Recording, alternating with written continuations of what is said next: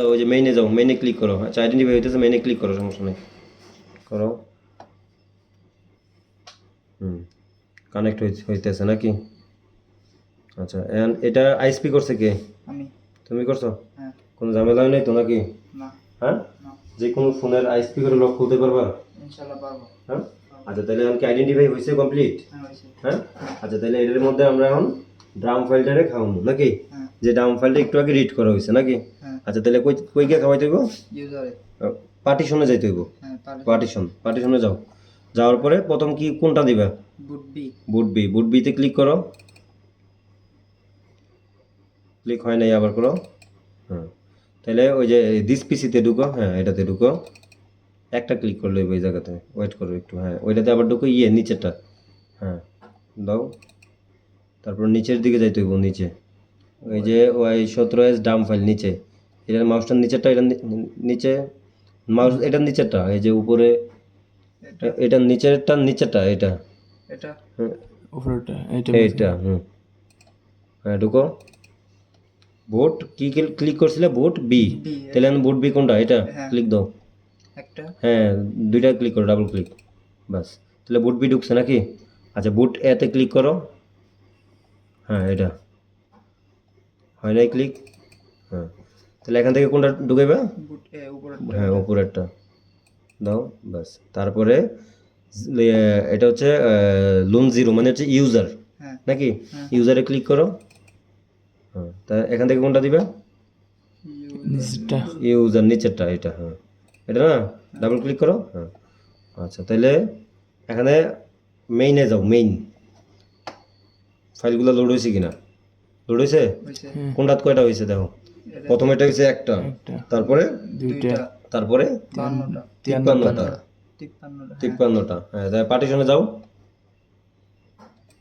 পার্টিশনে গিয়ে কোথায় ক্লিক করবা?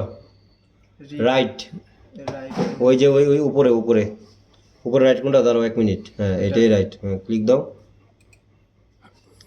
দাঁড়াও, এখানে কি করতেছে? দাঁড়াও 1 মিনিট। হ্যাঁ দাও, ইয়েস দাও। হ্যাঁ ইয়েতে মেইনে যাও।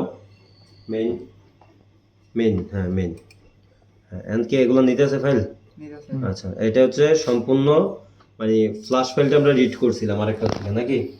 ওই সম্পূর্ণ ফ্ল্যাশ ফাইলটা আবার সেম আরেকটা বোর্ডে কি করতেছি? ঢুকাইতেছি। হ্যাঁ মানে যেন ওই ফোনটা কি ডেড আছে বর্তমানে, যেন ওটা রানিং হওয়ার জন্য, তাই তো? আচ্ছা তাহলে আমরা এইভাবে আগে ট্রাই করি। হ্যাঁ তারপরে বলা যাবে কি হয় না হয়। তো এদিকে আনো।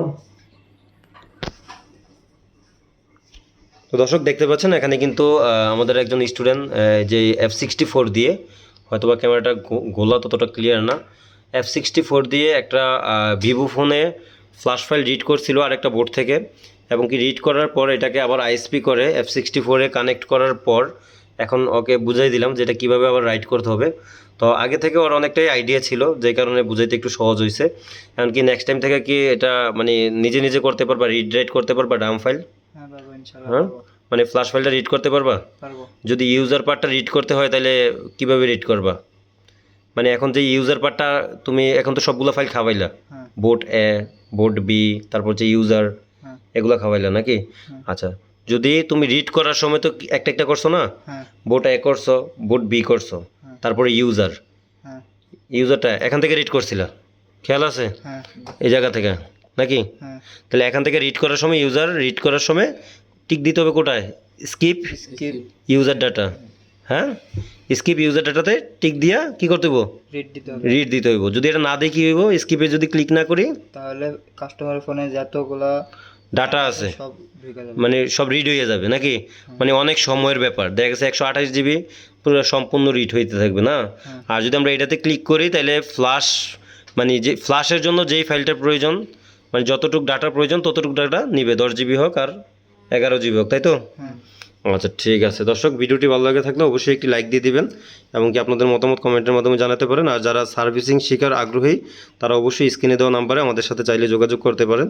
এই নাম্বার ইমো আছে, আবার চাইলে আমাদের সাথে সরাসরি কন্ট্যাক্ট করতে পারেন। তো সকলে ভালো থাকুন, সুস্থ থাকুন, আল্লাহ হাফেজ।